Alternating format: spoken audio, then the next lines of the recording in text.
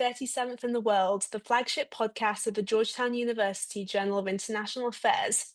It's World Cup season, with the final between Spain and Argentina looming on the horizon. As such, in today's special episode, we'll be diving into the intersection of the great game and geopolitics.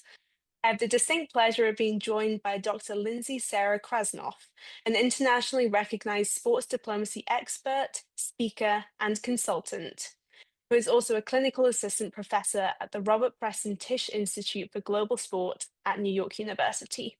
Thank you so much for joining us today. Thanks for having me. It's a pleasure to be here. So, my first question is, what is sports diplomacy and why does it matter in international politics? If you had told me when I was probably in your shoes that there was this thing called sports diplomacy that blended the realm of international affairs and sports together, I would have been overjoyed and over the moon. The sports diplomacy field, as we know it, has really only gotten underway over, say, the last 15 years, even though sports diplomacy itself has been a practice that's been enacted for a very long time. Quite simply put, sports diplomacy is when the three acts of diplomacy, communication, representation, and negotiation, intersect in and around the sports world through a cultural exchange, technical exchange, or knowledge exchange. And so that's a very classic textbook definition, but what does it really mean, right? Translating it into the everyday, sports diplomacy, it's a people project. It is an investment in getting to know others and having that ability to come together thanks to sport. And, sports diplomacy, it convenes people in a way unlike pretty much any other phenomenon we know of. One of my diplomat friends has told me of her experience of sports diplomacy within a more diplomatic, with a big D setting. Anytime you mention sports, it will definitely get people in the room. So sports diplomacy is a convener and it facilitates conversations that would probably not happen in the same way in other formats. I liken it to a Swiss Army knife for international and sporting relations, where it can be used to help in matters of trade, tourism, development. It can be used in terms of on the business side, fostering economic affairs, business investment. It can be used in terms of branding, and whether it's place branding, team branding, individual branding, right? Fan engagement, storytelling, and so much more. That being said, I think it's important to keep in mind that sports diplomacy is a tool. It's one of the many tools in a toolbox, whether used by diplomats or by non-state sports actors within the sports world. And by itself, it's not a magic wand, right? You can't use sports diplomacy to instantly broker world peace or to instantly get a trade deal or instantly make anything better or worse. But it is one of a suite of tools that can help build towards things. And it doesn't have to be building towards a goal as lofty as world peace. It can be something much more mundane, such as fostering a better understanding so that you have better, say, diplomatic consultations or are able to start to negotiate certain or talk about certain policies with your international counterparts in maybe less of a frosty tone. But, it can also be a way to help to change someone else's understanding or opinion or beliefs. That's wonderful. Thank you so much. I really like the metaphor of the Swiss Army knife. That's really interesting and actually leads right into my next question, which is a lot of people see sport solely as this, form of entertainment. So what do policymakers and diplomats see in these sporting events that the average fan might not? Well, I think it's important to keep in mind that when modern sport originated in the mid-late 19th century, it did not necessarily originate as entertainment. And as it first spread, including when we talk about professionalization of sport, it was not necessarily entertainment, right? When we talk about football specifically, a lot of within Europe, the football clubs that are still there today originated around mines, around factories. They were ways to foster community within a wide variety of different contexts. And it was only decades later that sport as entertainment really entered the conversation. But it's also important to keep in mind that when, especially team sports, when modern team sports were first created and consecrated in terms of global rules, they were an education tool, whether it was football, rugby, basketball, particularly a very strong association with education. It was born within a university setting in 1891, just as football was, as we know it today, was kind of born within the public school, i.e. private school setting within England in the 1840s. These were educational tools. And so I think that's very important to keep in mind for everyone. In terms of the part of your question as it relates to what do diplomats see in particularly these sporting, global sporting events that might not meet the eye to many of the people, just in the up and bump and grind of a tournament, is that they're great ways to have a conversation to get people together. We saw this very specifically, say, around the opening of the Paris 2024 Games, where on the eve before the opening ceremonies, there was a gathering of some 180 heads of state or prime ministers in Paris to meet and discuss more policy related matters. But the nature of the opening ceremony and the start of the Olympic Games was that catalyst to get them there. So global sports events can be a great opportunity to bring people together and have some of those conversations that you might not have in the same way, say, within the hallways of the United Nations, or it would be much more difficult to have in a far more structured diplomatic context. Wonderful. So it's almost like slightly like an informal way of starting a broader conversation in a way. Yeah, or to continue a conversation, or I think a really great example for those particularly within the international affairs realm is to look at what the government of Wales did around the Qatar 2022 World Cup, where Wales was in the same group as the United States. And the government of Wales in North America did a series of sports diplomacy events that was backed by a global digital storytelling and media campaign. And that had several different impacts. One, it put Wales on the map much more culturally within the conversation of football in North America. Two, again, it provided informal opportunities to start to have those kinds of conversations. Three, they were able to kickstart business and trade talks, not at a government to government level, but amongst the non-state sectors. And as a result, they had U.S. businesses investing in Wales, and Welsh workers benefiting from some of those U.S. business interests that were really kind of fostered around this World Cup campaign. Fourth, they won a global media and marketing award for their efforts. So really kind of leaning hard into the storytelling side of sports diplomacy, which I think is one of the more interesting and rapidly evolving areas of the field. Really interesting. And so, obviously, talking about the United States, it's one of the three host countries of the World Cup this year. And there's been a lot of discourse in the news about it, especially in the context of the current administration. Um, do you think that sporting events can succeed diplomatically, even if the governments of the host countries are experiencing political tensions?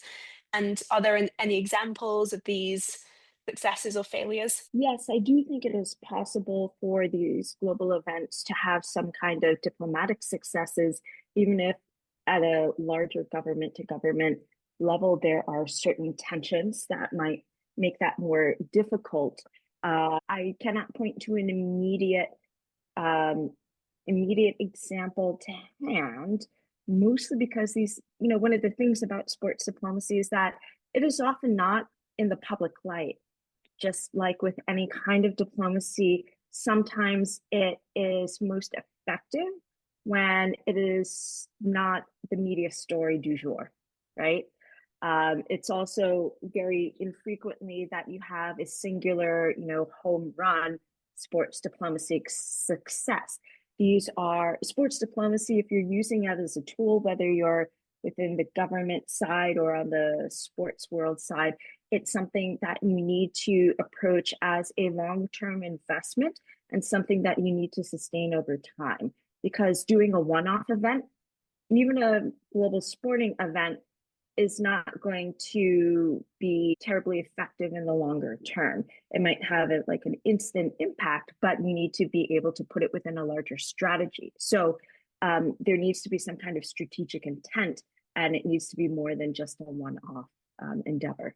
So what, getting back to your question, yes, it does have the wherewithal to have, like I mentioned before, these breakthrough moments informally.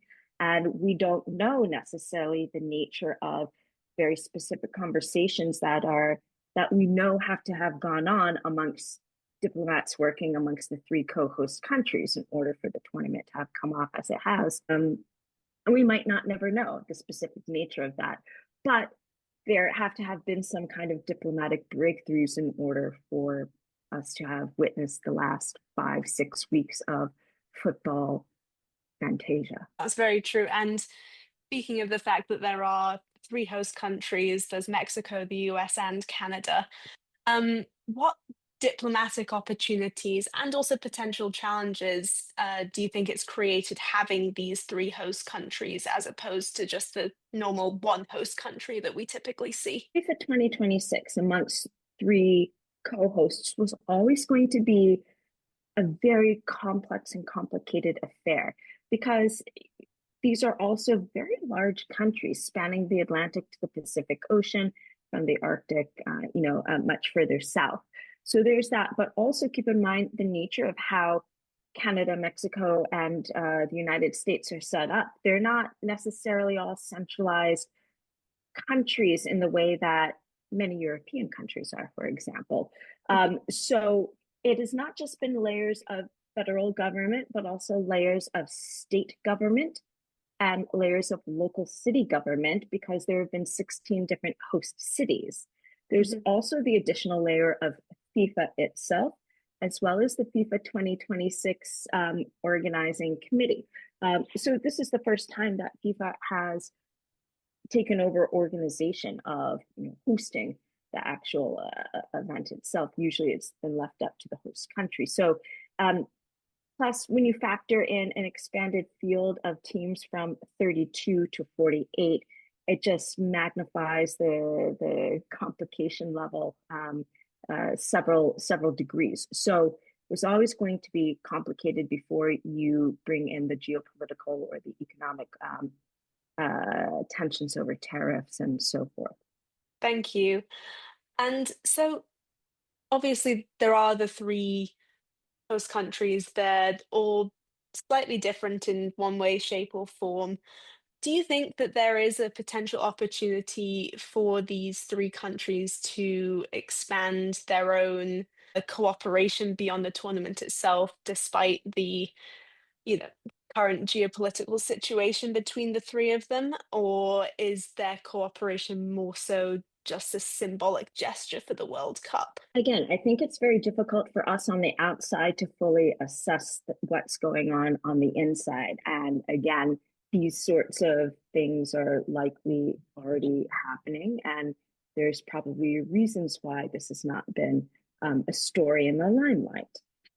That being said, I would be hard pressed if there is not some kind of way that the diplomats from the three different co-host countries haven't already figured out how they can teamwork together despite the larger environment. So one of the biggest diplomatic stories surrounding the World Cup has been US visa and immigration policy, particularly regarding some participating countries and also a lot of the worldwide fans. So I have a few questions about that. How do you think host countries should balance their national security with the diplomatic responsibility of welcoming the world for this mega tournament? Fair question. So obviously, national security is an important consideration. I think what host countries need to factor into their equation is the need for transparency in their decision making processes or in explaining their decision making process as much as they can. Obviously, there's going to be things they probably cannot release publicly, but I think if there had been much greater transparency around several of the issues that have flared up around the World Cup this summer, there would have been greater understanding involved. And, look, part of it is that if you are opting in to be a host country, right, you're not forced to do this. You are opting in. I think there do have to be certain considerations that are weighed that you are supposed to be welcoming the world, obviously, with some of these national security considerations in place. But I do not, for example, think you can opt to be a host or a co-host and then flat out ban nationals from X country Interesting. without giving a much more specific, very transparent explanation and reason. And so transparency is key in this situation. And that's maybe where they've, Yes, yeah, yes, where, transparency and having the clear communications, right? You need mhm. to explain your decision very well and make sure that it's very clear, it's as transparent as possible, and that there's precedent to it, right? If it comes across to the public, and I'm not saying this necessarily was the case that happened, but if it appears to the public like it's just being made up for the different cases that are coming around, or that it is not being applied consistently with transparent explanations, then it can actually do a disservice to the host country. There is, we talk so often about the positive, aspects of sports diplomacy Mhm. and how much good it can do. But there's, just like with anything, it can also have negative consequences as well, such as disempowerment and really deflating a soft power attempt. And I do think, from what I've heard from a lot of foreign fans, not necessarily who have come to the United States, but with others around the world, there was a puncture of US soft power by some of the visa cases that banned certain teams or officials from entering the country without having those much more transparent communications. And speaking of soft power, I mean, obviously, soft power and diplomacy seem to go hand in hand. Do you think that the visa controversies, such as, for example, the Iranian team's entry restrictions, the Somalian referee Omar Artan's visa denial, and also ICE presence in the stadiums, undermine the soft power benefits that countries, not just the US, but also Mexico and Canada, will receive from this sporting event? Yes, no, 100%. 100%. We need to live in reality. That has already had a negative impact. Has it totally overturned the overall net positive of hosting? I don't think so, but I think it has definitely put uh, chinks in that armor. And obviously, it's not just the hosting nations, but also the organization of FIFA that also gets involved. Do you think that sporting organizations like FIFA should play a stronger role in ensuring that political and immigration disputes don't affect participation by teams or referees or supporters? And do they actually even have an obligation to do that? That's an excellent question. I think we can look to work that's been done around when England hosted World Cup 1966. There's been some academic work done by others, not myself, that's gone through the diplomatic archives of the British Commonwealth Office, Foreign and Commonwealth Office, and FIFA archives around the English not allowing, but having to be forced to allow the North Korean team to enter the country and play in the 1966 FIFA World Cup tournament. Now, North Korea at the time was one of the earlier teams to qualify, but there were no official diplomatic relations between North Korea and the United Kingdom. And so initially there had been pushback by British diplomats because, from their perspective, it was a very tough nut to kind of wrap their heads around if you were let in a country's national team whose uniforms, you think of even what we've seen this summer, national teams, their uniforms reflect the national flags, the national anthems are sung, right? These national teams represent the nation. And so the flag also flies in the stadium. So there was a lot of pushback about allowing that from North Korea in 1966. However, at that time, FIFA did say either North Korea is allowed to come and participate as a fully qualified nation, or we just move the whole tournament out of England. Oh wow, I didn't realize it was that to that extent. Wow. And North Korea was in the end allowed to go and participate. So there is some kind of precedent there. And I think here, when we talk about your question in the context of today in the 2020s, here the larger balance of power within global sport weighs in. Obviously, FIFA is one of the most powerful global sport actors. However, it has shown that its leadership, not all of its leadership, but some of its top leadership, has been very proactively courting the US political leadership. So I think here balances of power also come into the equation, or maybe a Yeah. lack of balance of power. Yes, I think that's maybe maybe more of it. And speaking of FIFA, and also knowing that by the time that our listeners are hearing this podcast, it will be 2 days after the semi-final between Argentina and England, and hopefully the day of the final between Spain and Argentina, and also the third place game between England and France.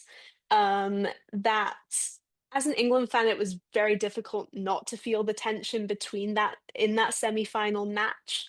It was the first time I think that England and Argentina have met each other on the World Cup stage since 2002.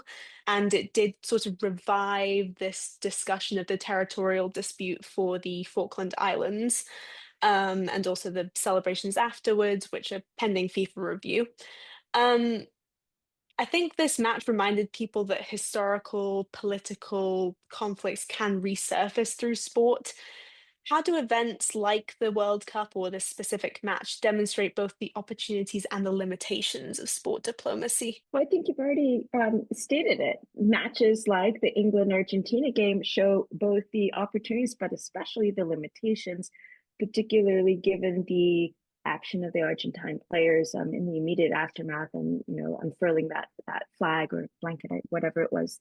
It was also interesting because it was the first real type of hard geopolitical protest that we've had within a global sports competition in quite some time.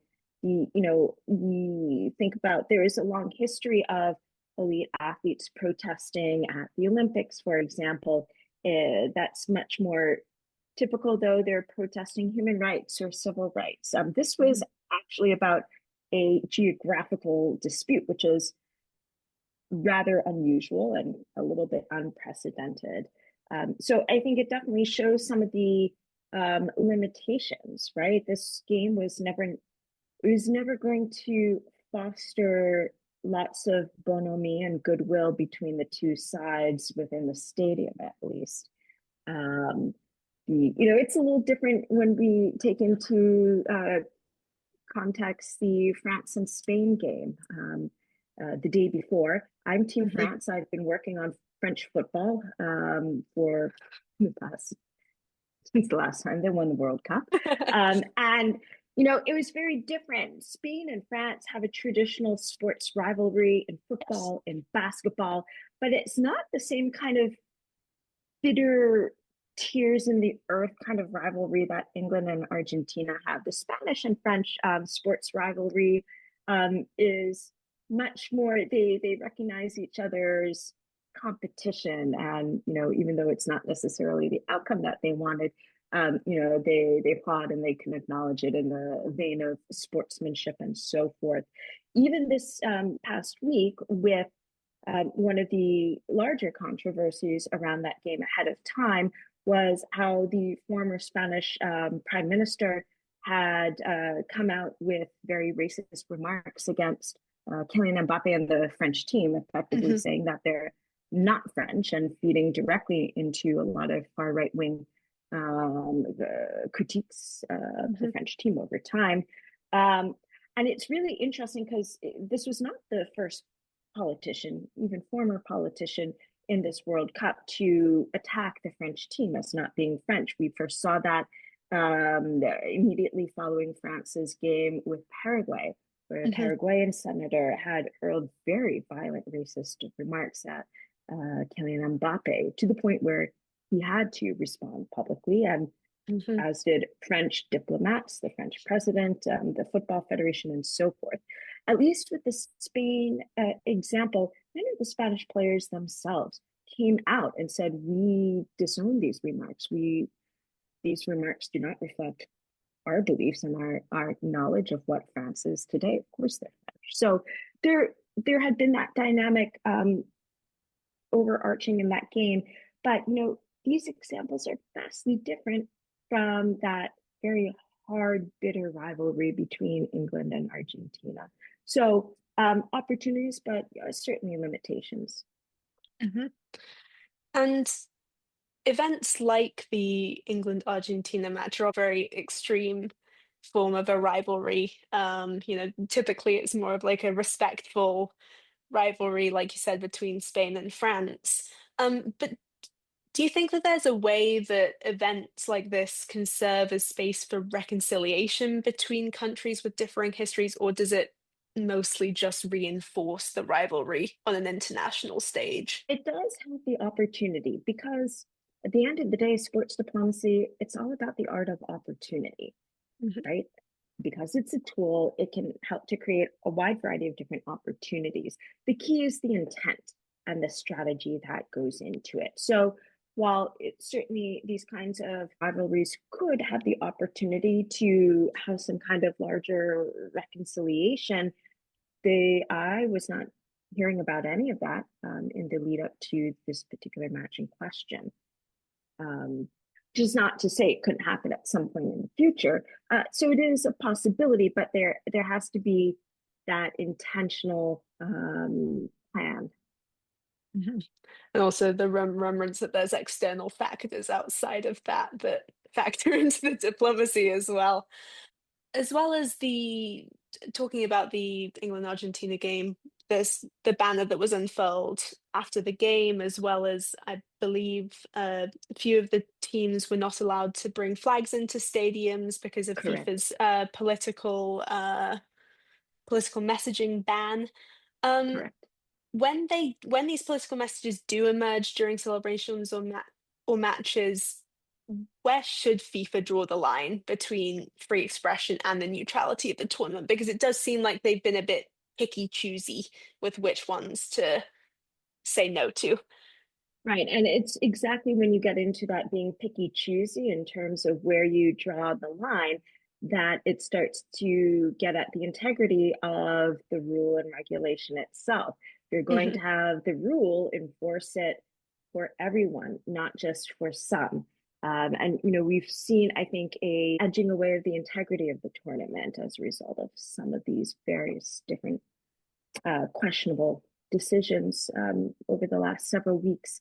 Um, yeah, if you're going to have the rules, you need to abide by it. I do think, however, that there is a differentiation factor between if it's say within the realm of these protest banners and freedom of expression. There is a difference, I think, if it's within the fans within the stadiums Hmm. versus if it's members of the national team. Because if you're a member of the national team, you're an officially credentialed representative of the nation. And you have different responsibilities and obligations than the fans who are in the stadium. You are also expected to serve as a type of sports diplomat, particularly when you're still on the pitch. So I think that's a very different layer of consideration to take into account. It's a good point. I hadn't really thought about that they are their own version of a sports diplomat because they've sort of got the weight of their countries on their shoulders as well, beyond the sporting pressure in a way. Mhm.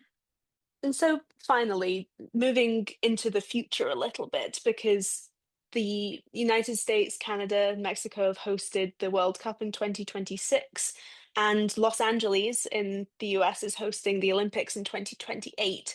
So, do you think we're entering a new era of North American sports diplomacy? And what do you think the Olympic Committee should look to improve upon based on the execution of the World Cup this year? So we are moving into a cycle where North America is hosting a slew of global sporting events through 2034, at least at this point, many of them in the United States. So when we look at other cycles, though, these have moved from one geographic region to another, right? We think about the 2010s, particularly the mid and late 2010s, that was the East Asian cycle. Then it cycled over to France, and now it's in North America. So I think there is that. There is, again, a whole world of opportunity in terms of how hosting these events is used strategically with intent, hopefully positive intent by organizers moving forward. I think the biggest lesson that the organizers of LA 28 can take from FIFA 2026 is how, despite all the warts, when you look at the kinds of people to people diplomacy that occurred, that was a win overall. I think most people would be hard pressed to say otherwise. Many of the fears of potential arrests by ICE or other security concerns did not pan out in and around the stadiums, despite not all of the world being able to travel to North America to attend the tournament or to be in the fan zones or just to use the tournament as an excuse for tourism and to discover the three countries. There were still some international visitors, not just some, there were quite a few. And the way that they were able to engage with a wide variety of local communities shows the opportunities of people to people diplomacy. And we have lots of anecdotal evidence through news reports, through broadcast reports of people who said, I visited such and such host city, or I, did a road trip as part of my World Cup experience, and I met all kinds of people who, they were quite different than what we had expected from Hmm. what we heard from our governments or heard in the media or on social media. So I think Hmm. that shows the benefits that can happen. And I think if I were an organizer, particularly of LA 2028, I would take that lesson very close to heart because there are some things that at a state to state level you don't necessarily have control of, but other Hmm. things, particularly at the people to people level, you do. And I think another win of this particular World Cup was also seeing the many different diasporas that are already resident within North America and reminding us that even though there might be things that set us apart, there's a whole lot more that binds us together, particularly going through the 90 minutes of high drama emotion of every single game. You experience the same emotions even if you're on opposing sides, and I think that's very powerful. And you can relate to someone even if they're on the other team who has gone through that. I think that's a perfect representation of the World Cup as it should be at its best, is bringing people together. And I think also for especially the United States, it's sort of they opened themselves up to the rest of the world, but also I think Europe especially has seen the United States beyond just what we hear on the news and what the government does. And it's that cross-cultural communication and getting to know people that's really, I think, proven powerful in this tournament. And I think one of the biggest examples of that has been the love affair that's continuously ongoing between Scotland and the area of Boston, Massachusetts. Oh goodness, The I Tartan love seeing those Army, videos. the Tartan Army did a peaceful invasion. I'm from Boston, and so even though I live in New York, I was avidly following this. And to the extent that there's now a efforts underway to officially twin Boston and Glasgow as sister cities, but the governor of Massachusetts has been all over her social media feed imploring the Scots to come back and how much we miss them, and that they reminded us of the spark of joy, right? And that it's okay to have joy in your life. And so it's been really fascinating watching that play out, even at a distance. And so it's not just the people to people, it's actually, a governor to, a nation of people. And the Boston cone, the construction cone that the Tartan Army had taken home from Boston, recently this week arrived back in Boston on a special tour symbolizing this friendship, was greeted at a ceremony at the airport that had the governor, that had the city mayor, Mayor Wu, and the governor declared that every July 14th is now Boston Cone Day, to symbolize that friendship that was built over the last several weeks. So it's really fascinating. It's not just at a people to people level, but can be at different levels of sub-state, subnational levels too. That's very true. I didn't actually realize this had gone to that extent, and I love that. That's Oh yes. fantastic. Oh my goodness. Obviously, we are an undergraduate focused journal, so we always end off our podcasts with a question for student directed towards students studying international affairs. So, for a student who's maybe studying international affairs or international relations, or who even may be looking to become a diplomat in their future, what can they learn from the way that athletes, coaches, and also sporting organizations build relationships across borders? It's a good question. And I think you can look at many of these global athletes and coaches and sports people and look at how they've built their networks and their relationships. So the sports industry is one that is very much based on relationships. Yes, it's obviously based on your merit and your skills and what you can do and what you bring to the table. But more than I think many other industries, it is an industry of relationships. And diplomacy is also built on relationships as well. So I think we can very much take a page from a sports diplomat's playbook by looking at how they foster their relationships, how they foster and nurture their networks, and how they communicate, how they represent and negotiate, and just like diplomats do as well. Fantastic. Thank you very much. Thank you so much, Dr. Krasnoff, for joining me and for the work that you continue to do at the intersection of sports diplomacy, communication, and consultancy.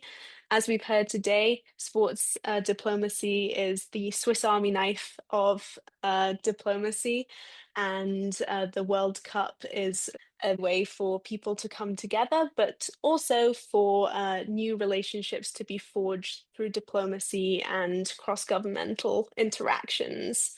This was 37th in the World, the official podcast of the Georgetown Journal of International Affairs. Please be sure to subscribe and leave a rating on your preferred streaming platform.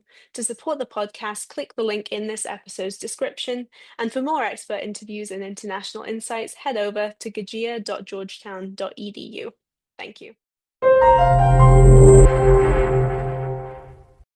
This was 37th in the World, the official podcast of the Georgetown Journal of International Affairs. Please be sure to subscribe and leave a comment and rating on whichever streaming platform you use. To support the podcast, you can click the link in this podcast's description that says support the show. To read other insightful interviews and articles, please check out gajia.georgetown.edu.